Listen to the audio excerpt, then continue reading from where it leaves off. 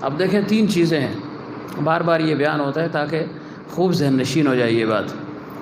ایک چیز ہے اس کو کہتے ہیں حقوق، ایک چیز ہے اس کو کہتے ہیں حدود، اور ایک تیسری چیز ہے اس کو کہتے ہیں حفظ حدود۔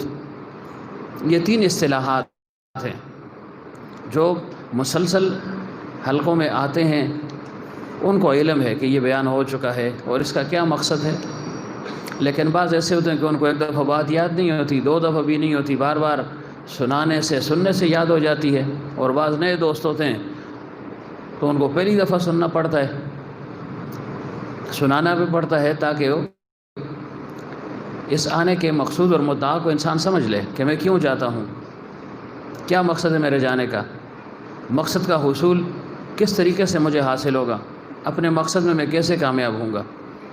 راستہ متعین ہو، جگہ معلوم ہو، پھر انسان چلتا ہے، منزل تک پہنچ بھی جاتا ہے۔ تو بہرحال 3 چیزیں ہیں، نمبر 1 حقوق، نمبر 2 حدود، نمبر 3 حفظ حدود، یہ 3 چیزیں۔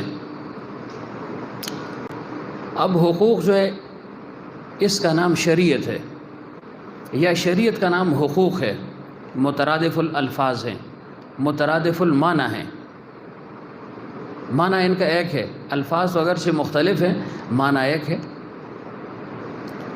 اور دوسری چیز جو ہے وہ حدود ہے، اس کو آپ سنت بھی کہہ سکتے ہیں، گویا سنت کو ہم حدود بھی کہہ سکتے ہیں۔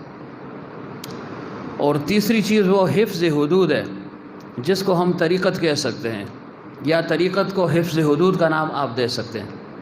تو یہ 3 چیزیں ہیں، حقوق، حدود، حفظ حدود۔ اب حقوق جو ہیں یہ شریعت کا نام ہے، شریعت نے ہمیں حقوق بتا دیے۔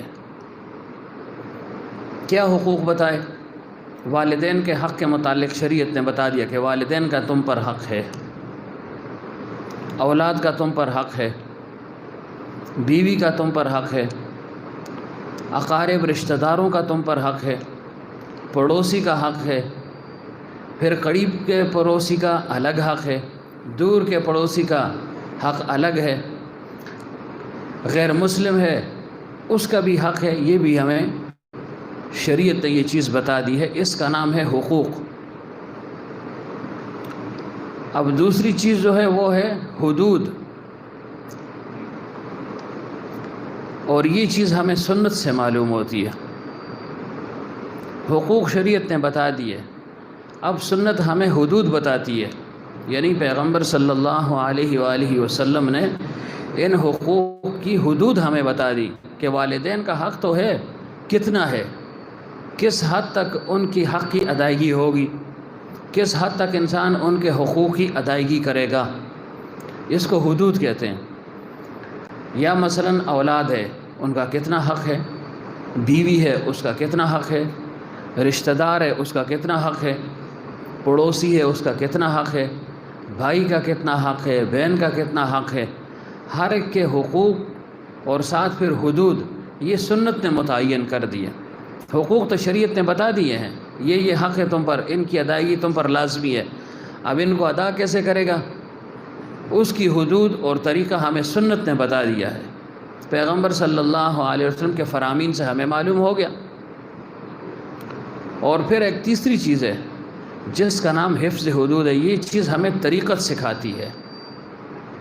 مثلا ایک شخص کو حقوق معلوم ہے، آسان مثال اس کی، اسے یہ پتہ ہے کہ اللہ تعالیٰ کے مجھ پر حق ہیں، 5 بڑے بڑے حق ہیں، ایک کلمے کی صورت میں جس کو سب مسلمانوں نے پورا کر لیا ہے، ادا کر لیا ہے، اب اس کی محافظت، اس پر قائم دائم رہنا یہ انسان کا کام ہے، اور اللہ تعالیٰ سے توفیق کو مانگے بھی کہ یا اللہ اس پر ہمیں تو قائم اور دائم رکھ۔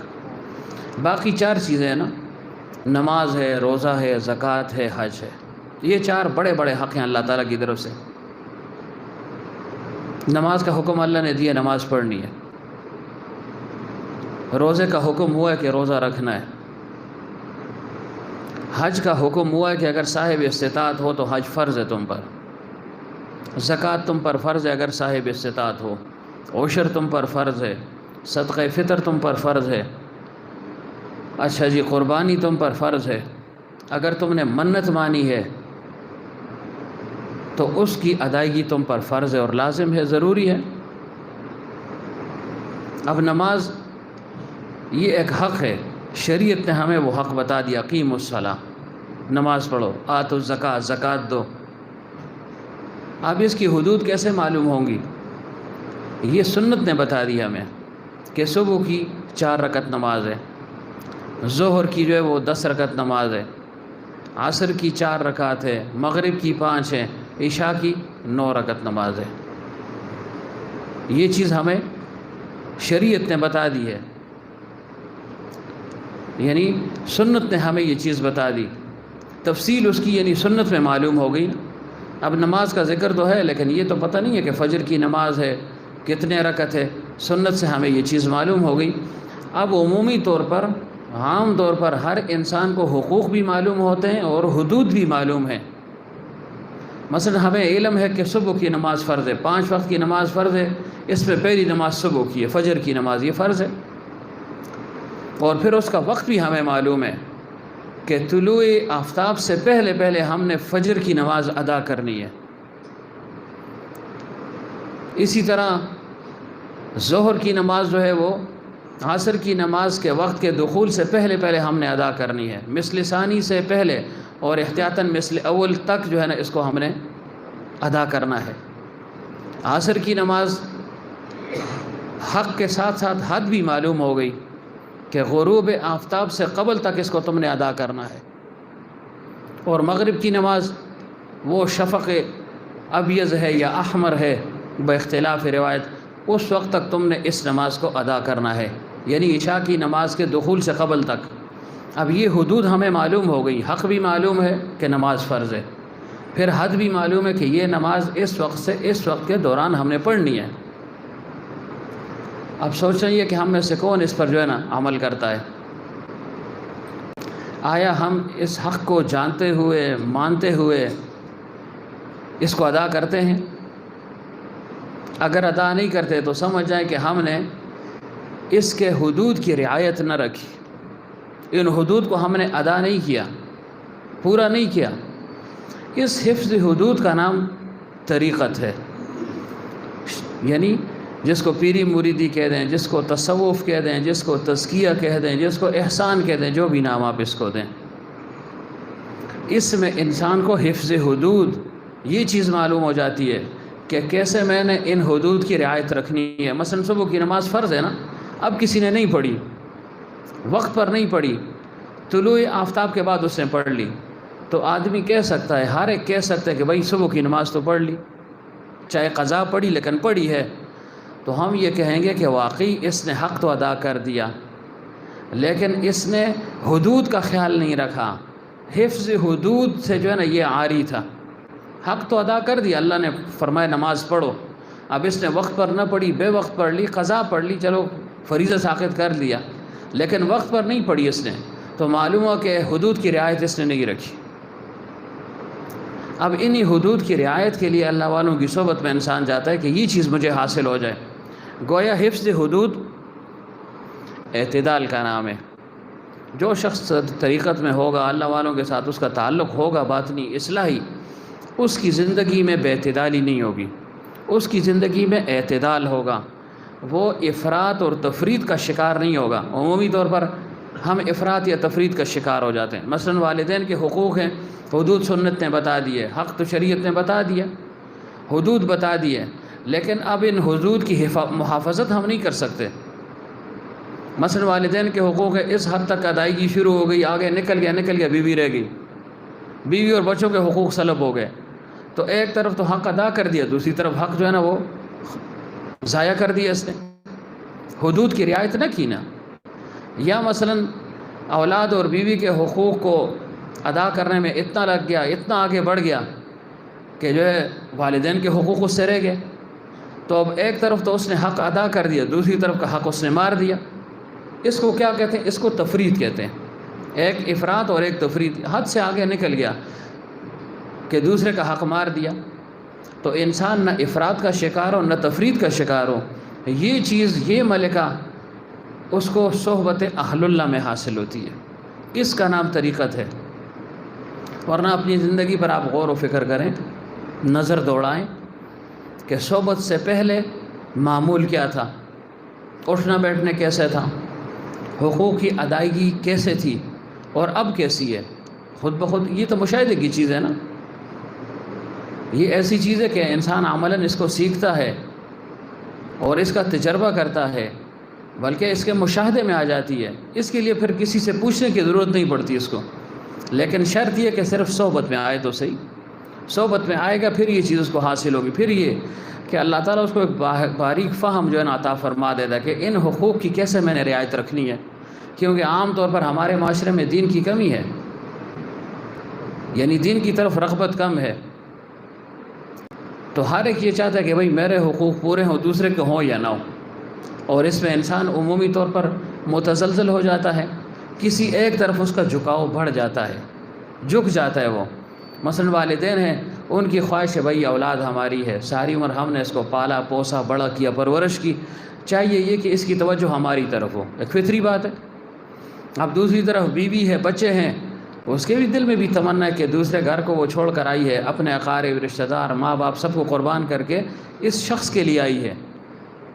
اب وہ بھی تو اس چیز کی طلبگار ہے کہ خاوند کی توجہ میری طرف ہو، والدین کی طرف نہ ہو. اب اس بیچاروں کو ان دونوں چیزوں کو اکٹھا کرنا بڑا مشکل ہے. ہاں جو مسلسل صحبت میں آتا ہے، کسی کے ساتھ اس کا تعلق ہے، مشورہ کرے گا تو آگے بڑھتا رہے گا، پھر معاملات صحیح رہیں گے. اور اگر تعلق نہیں ہے کسی کے ساتھ، بے لگام معاملہ ہے، مجاہدہ بھی بے لگام اور شریعت پر عمل بھی بے لگامی ہے، اپنی مرضی کی ہے، تو پھر افراط اور تفرید کا شکار ہوگا. کوئی نہ کوئی ضرور اس سے ناراض ہوگا، یا والدین ناراض ہو جائیں گے، یا اولاد یا بیوی ناراض ہو جائے گی. لیکن اگر وہ طریقت میں ہے، کسی کے ساتھ تعلق ہے، صحبت یافتہ ہے، صحبت میں آتا جاتا ہے، تو پھر اللہ تعالیٰ اس کو فہم عطا فرما دیتا ہے. ایک شیخ کی تعلیمات، اس کا مشورہ، اور پھر خود بھی اللہ تعالیٰ اس کو ایک صلاحیت عطا فرما دیتا ہے کہ کیسے اس نے ان دونوں کو جو ہے نا حقوق کو صحیح طریقے سے ادا کرنا ہے، تاکہ کسی کو ناراضگی بھی نہ ہو اور حق بھی ادا ہوتا رہے. تو اس چیز کا کیا نام ہے؟ اس کا نام ہے حفظ حدود. تو طریقت ہمیں حفظ حدود سکھاتی ہے کہ والدین کا حق تو ہے اس حد تک، اس سے آگے نہیں نکلنا. آگے نکلو گے تو بیوی کا حق رہ جائے گا، بیوی کا حق اس حد تک ہے، آگے نکلو گے تو والدین کا حق رہ جائے گا، بھائیوں کا حق رہ جائے گا، پڑوسیوں کا حق رہ جائے گا. تو حفظ حدود کا نام طریقت ہے. ورنہ طریقت میں آپ نہیں آئیں گے. اصلاح تو لازم ہے نا، اصلاح لازم ہے. اصلاح کس چیز کا نام ہے؟ انہی چیزوں کو اصلاح کہتے ہیں نا. کوئی اور ایسی انہونی چیز نہیں ہے، کوئی ایسی خاص چیز ہو یا کوئی خاص پڑیا ہو جس کو ہم جو ہے نا کھا لیں کہ جی اصلاح ہو گئی. نہیں، یہ جو ہمارے امور ہیں، معاشرتی امور ہیں، روزمرہ کے امور ہیں، ان میں اعتدال آ جائے، اسی کو اصلاح کہتے ہیں نا. اب یہ معاشرہ کیوں بگڑا ہوا ہے ہمارا؟ ہر گھر میں ناچاقی ہے، بدمزگی ہے، ناراضگی ہے. اس کی وجہ کیا ہے؟ حفظ حدود نہیں ہے. بیوی کہتی ہے میرا حق مارا گیا جی، ماں کہتی ہے میرا حق مارا گیا، باپ کہتا ہے میرا حق مارا گیا، بچے کہتے ہیں میرا حق مارا گیا. اور طریقہ ہے نہیں، سلیقہ ہے نہیں. تو اس طریقے اور سلیقے کے سیکھنے کے لیے دین کی ضرورت ہے. اور عمومی طور پر دین اللہ تعالیٰ علماء سے، علماء ربانین سے، اہل اللہ سے اس کا اجرا فرمایا ہے. ان لوگوں کی صحبت میں رہتے ہوئے انسان کو دین کا وہ فہم، وہ باریکی اللہ تعالیٰ عطا فرما دیتا ہے. پھر یہ مشکل عقدے جو ہے نا وہ سلجھانا اس کو آ جاتا ہے، طریقہ آ جاتا ہے کہ کیسے میں نے ان حقوق کو پورا کرنا ہے اور ان لوگوں کو خوش بھی رکھنا ہے. ظاہر حقوق کی ادائیگی ہوگی تو خوش ہوں گے نا، حقوق کی ادا نہ ہو تو خوشی کس بات کی؟ پھر تو ناراضگی ہے نا. تو اس چیز کا نام ہے حفظ حدود، طریقت کا نام. لیکن اس میں شرط پھر عقیدت اور محبت ہے، شیخ کی تعلیمات پر عمل ہے. اب ایک شخص طریقت کو تو مانتا ہے، لیکن آگے شیخ کے ساتھ تعلق جو ڈواڈول ہے، اس میں وہ پختگی نہیں ہے، وہ رسوخ نہیں ہے، عقیدت تام نہیں ہے، پھر بھی انسان مارا جاتا ہے، پھر بھی اس کی اصلاح نہیں ہو سکتی. اور یہ بات بہت عرصے کے بعد سمجھ آتی ہے. کہنے کا تو ہم کہتے ہیں نا جی دیکھو جی اصل عقیدت ہے. بھائی عقیدت کا وقت پر پتہ چلتا ہے، جب امتحان آتا ہے، آزمائش آتی ہے، موقع بہ موقع پتہ چلتا ہے کہ واقعی تمہیں عقیدت ہے. یعنی زبانی عقیدت نہیں، عملی عقیدت. زبانی تو ہم سب کو ہے، اللہ والوں کے ساتھ محبت ہے تب تو بیٹھے ہوئے ہیں، ایک حد تک تو ہم کہہ سکتے ہیں. آگے عملاً ہمیں جو ہے نا ان کے ساتھ اعتقاد ہے، شیخ کی تعلیمات پر عمل ہے یا نہیں، یہ ہمارا فعل ہمیں دکھاتا ہے. دوسروں پر یہ بات عیاں ہوتی ہے کہ واقعی اپنے شیخ کا کتنا اطاعت گزار ہے، کتنا متبع ہے، وہ ہمارا فعل دکھاتا ہے اسے. زبانی باتوں سے نہیں ہوتا کہ میں کہوں جی میں اپنے شیخ کا عاشق ہوں، ایسے ہوں ایسے ہوں. نہیں، میرے حرکت اور سکون سے خود بخود جو ہے نا یہ بات اخذ ہو جاتی ہے، خود بخود یہ بات مترشح ہو جاتی ہے کہ واقعی میں تعلیمات شیخ پر عمل پیرا ہوں یا نہیں۔ اگر عمل پیرا نہ ہوں تو یا تو سستی ہے یا پھر عقیدت میں کمی ہے، تو دونوں چیزیں خطرناک ہیں۔ سستی سے پیغمبر صلی اللہ علیہ وسلم نے پناہ مانگی ہے، اور بدعقیدگی اس سے جو ہے نا انسان کو پناہ مانگنی چاہیے کہ بدعقیدگی سے انسان جو ہے نا بہت پیچھے رہ جاتا ہے، پھر منزل مقصود تک پہنچ نہیں سکتا نا۔ اعتماد ہی تو اصل ہے نا۔ اب آپ کسی پر اعتماد کر کے جو ہے نا یہاں سے کراچی ایک آدمی نہیں گیا، پہلی مرتبہ جا رہا ہے، مثلا میں نہیں گیا ہوں، تو ظاہر ہے میں ڈرائیور پر جو ہے نا اعتماد کروں گا نا، اگرچہ وہ مجھ سے مرتبے میں بھی کم ہو، مجھ سے جو ہے نا قومیت کے لحاظ سے جیسے لوگ کہتے ہیں کم ہو، مال و دولت میں بھی کم ہو، جاہ و جلال میں بھی کم ہو، شہرت میں بھی کم ہو، لیکن میں اس کی اتباع کرتا ہوں، کیوں؟ وہ اس جگہ کا واقف ہے، اس رستوں سے واقف ہے، مجھے پہنچا دے گا۔ تو ایسے ہی شیخ طریقت کا معاملہ بھی ہے، شیخ کا معاملہ بھی ہے کہ اس کے ساتھ کامل عقیدت ہو، یہ نہ ہو کہ جی یہ تو مجھ سے قوم میں جو ہے نا نچلی قوم کا ہے، کم ذات ہے، پیسے میں کم ہے، مال میں کم ہے، شہرت میں کم ہے، جاہ و جلال میں کم ہے، یہ چیزیں جو ہے نا پھر انسان کی اصلاح کی راستوں کو مسدود کر دیتی ہیں، پھر اصلاح نہیں ہو سکتی۔ اصلاح کے لیے یہ چیز ضروری ہے کہ بھائی اس کے پاس جو فن ہے، میں اس فن کے حصول کے لیے اس کے پاس جاتا ہوں، چاہے جس قوم اور قبیلے کا ہو، پھر اصلاح ہوگی۔ تو اس میں عقیدت اصل ہے، اور پھر یک درگیر محکم گیر، ایک شیخ کو پکڑے اور مضبوطی سے پکڑے۔ اب مختلف شیوخ کے پاس جائے گا، آپ کہیں گے ہم نہیں جاتے، لیکن بیان تو کرنا پڑتا ہے، کیا پتہ جاتے ہوں۔ اب جانے کا جو ہے نا وہ الگ انداز ہے نا، جانے کا الگ انداز ہے، فرق ہے نا۔ وہ تو شیخ کو معلوم ہوتا ہے کہ ہاں یہ جو ہے نا پکا آدمی ہے، ہر جائی آدمی ہے، کس قسم کا آدمی ہے، ہر ایک تو اس کو معلوم نہیں کر سکتا نا۔ اب مریض کی نبض ہر ایک تو نہیں پکڑ سکتا نا، طبیب ہی پکڑے گا، اسے پتہ ہوگا اس میں کیا مرض ہے، اس کی نبض سے جو ہے نا حرکتوں سے اسے معلوم ہو جائے گا کہ ہاں جی جو ہے نا کیا صورتحال ہے، اس کی دھڑکن کیسی ہے جی، اس کو معلوم ہوتا ہے نا۔ ہر ایک آدمی اگر نباز بن جائے پھر نہیں بن سکتا۔ تو اس شیخ کو معلوم ہوتا ہے کہ کون جو ہے نا ہر جائی اور کون پکا ہے، اس کا علم اسے ہوتا ہے۔ اس میں شوخی کی ضرورت نہیں پڑتی نا، جو ہے نا انسان اگر شیخی مارے کہ جی میں ایسا ہوں، نہیں، وہ اسے پتہ ہے، لیکن وقتی طور پر کہ چلو تھوڑا بہت فائدہ لے رہا ہے، اس فائدے سے محروم نہ ہو جائے، گزارا کرتے ہیں، آہستہ آہستہ سدھر جائے گا، سمجھ جائے گا۔ جیسے انسان بلوغت تک پہنچے، بلوغت کے بعد اس کے جذبات اور قسم کے ہوتے ہیں، کیونکہ اس وقت جذبات جو ہے نا وہ عقل پر غالب ہوتے ہیں، طبیعت جو ہے نا جوش طبیعت عقل پر غالب ہوتی ہے، انسان کو سمجھ نہیں آتی۔ لیکن جیسے جیسے آگے بڑھتا ہے، وہی آدمی ہے 15 سال پہلے اس کی سوچ اور ہوتی ہے، 15 سال کے بعد اس کی سوچ بدل جاتی ہے۔ یہ کیوں؟ وقت اور حالات کے ساتھ ساتھ اس کو تجربہ ہوتا ہے، مشاہدہ ہوتا ہے، بہت سی چیزیں اس کے سامنے نہیں ہوتی، وہ سامنے آ جاتی ہیں۔ تو ایسی ظاہر ہے جو شیخ طریقت کے پاس جاتا ہے، مختلف لوگ اس کے پاس آتے ہیں، تو ان سب کی نبض جو ہے نا اسے معلوم ہوتی ہے، تجربہ ہو جاتا ہے، مشاہدہ ہو جاتا ہے۔ اللہ تعالیٰ داد رسی فرماتا ہے، کسی منصب پر کوئی فائز ہو جائے تو پھر اس کو اللہ تعالیٰ طریقہ بھی بتا دیتا ہے۔ حضرت فرمایا کرتے تھے کہ جب شروع میں مولانا اشرف صاحب رحمۃ اللہ علیہ نے خلافت دی، تو ظاہر خلافت کسی کو مل جائے پھر کام شروع کرے کتنا مشکل ہے، مشکل ہوتا ہے کہ ابتدا کیسے کرے گا انسان۔ تو فرمایا کہ میں نے خط لکھا شیخ کو کہ جی آپ نے خلافت دے دی اور مجھے تو طریقہ نہیں آتا، کیسے جو ہے نا لوگوں کی تربیت ہوگی، ان کو بلائیں گے کیسے؟ پہلے سوال تو یہ ہے، لوگ آئیں گے کیسے، کس طریقے سے ان کو لایا جائے گا، پھر آگے تربیت کس طریقے سے ہوگی؟ تو فرمایا دادا پیر رحمۃ اللہ علیہ نے خطوط میں موجود بھی ہے کہ جب اللہ تعالیٰ نے باپ بنا دیا تو بیٹوں کی تربیت خود سکھا دے گا۔